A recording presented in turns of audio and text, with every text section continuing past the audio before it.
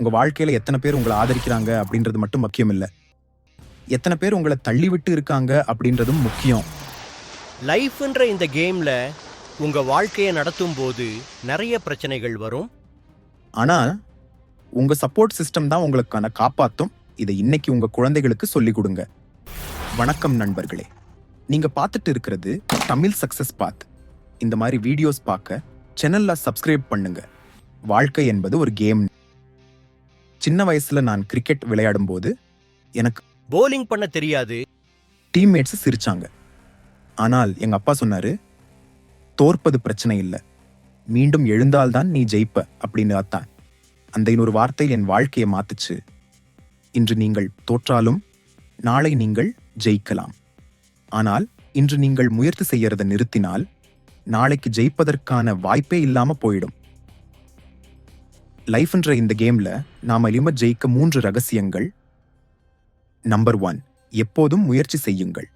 ஒரு குழந்தை முதல் முறையாக கிட்டார் வாசிக்க முயற்சி செய்து, ஆனா நோட் சரியா இருந்தாலும் கிட்டார் இருந்து வர இசை தவறாக வரும்.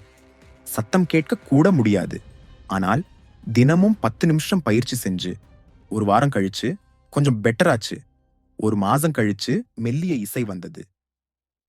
ஒரு வருஷம் கழிச்சு அந்த குழந்தை இப்போது ஸ்டேஜில் பாடுகிறது.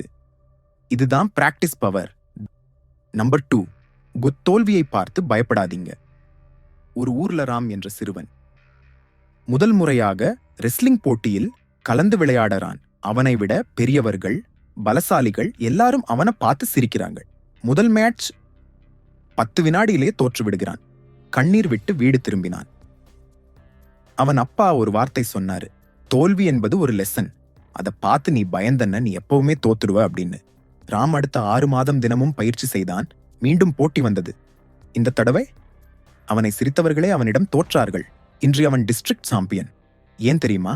தோல்வியை பயப்படாமல் அதை ஸ்டெப்பிங் ஸ்டோனாக மாற்றினான். உங்க லைஃப்லயே யாரோ சிரிச்சிட்டு போனாரா? இன்று முதல் அந்த பயத்தை தள்ளி வையுங்க. உங்க வெற்றியை நிரூபியுங்கள். நம்பர் 3, சப்போர்ட்டை கட்டி எழுங்கள். உங்களை நம்பும் ஒருவர் இருந்தாலே போதும்.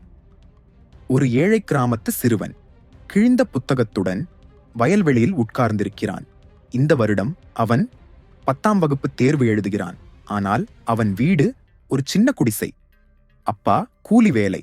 ஊர்ல எல்லாரும் சொல்லுவாங்க, படிப்பு முடிஞ்சு நீயும் கூலி வேலைக்கே வா என்று.